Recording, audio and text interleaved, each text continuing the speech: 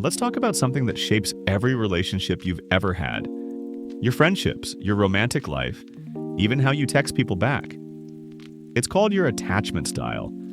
And once you understand it, your entire love life starts to make a lot more sense.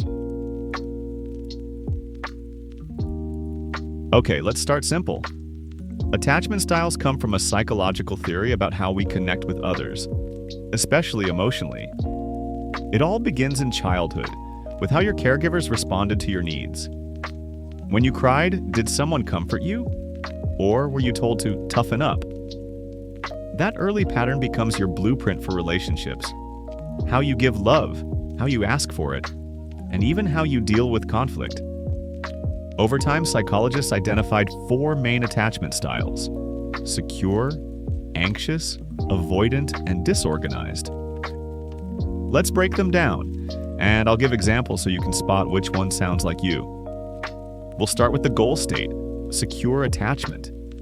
These people are comfortable with closeness and independence. They trust easily, communicate well, and don't freak out when a text takes a while to come in. If you're secure, you probably grew up with caregivers who were consistent. They showed up when you needed them, but also gave you space to explore. In adult life, this looks like you're open about your feelings. You don't play games. You believe love is stable and safe. Basically, you're that friend who has healthy boundaries and healthy relationships. Now, on the other side, we've got the anxious attachment style. These folks crave closeness, but they fear rejection. Big time. They might overthink messages, worry if their partner is pulling away, or constantly need reassurance that everything's okay. This often comes from inconsistent caregiving. Sometimes your parent was loving and available. Other times they were distracted or emotionally distant. So you learned that love isn't stable, and now you chase it harder.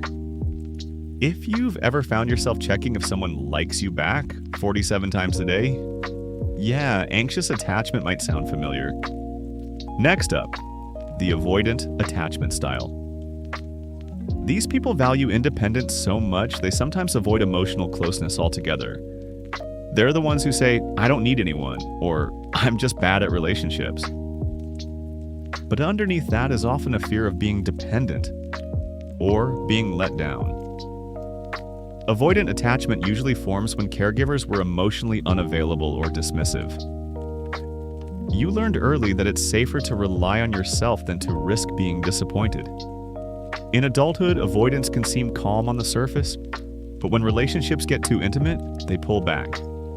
They need space and sometimes confuse it with safety. And finally, there's disorganized attachment, sometimes called fearful avoidant. This one's complicated because it's a mix of wanting closeness and fearing it at the same time. It often comes from trauma or inconsistent caregiving, maybe even abuse.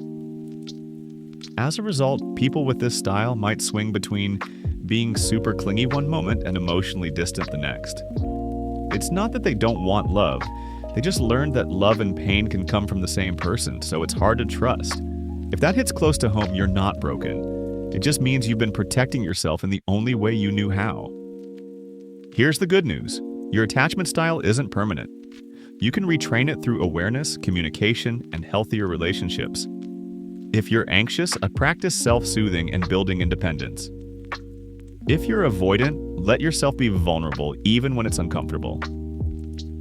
If you're disorganized, therapy can help you build a sense of safety from the inside out. And if you're secure, great. Stay consistent, set boundaries, and model that security for others. Healing your attachment style isn't about becoming perfect. It's about learning to give and receive love in a way that feels safe, not scary. Here's the takeaway: your attachment style isn't your destiny, it's just your starting point. The more you understand how you connect, the easier it becomes to form the kind of relationships that actually feel good, not just look good on the surface.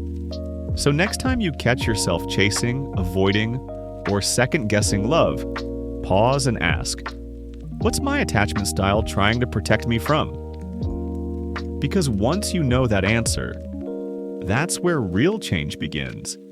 If you found this helpful, hit that like button, Subscribe for more psychology breakdowns and let me know in the comments. Which attachment style do you relate to most? See you next time.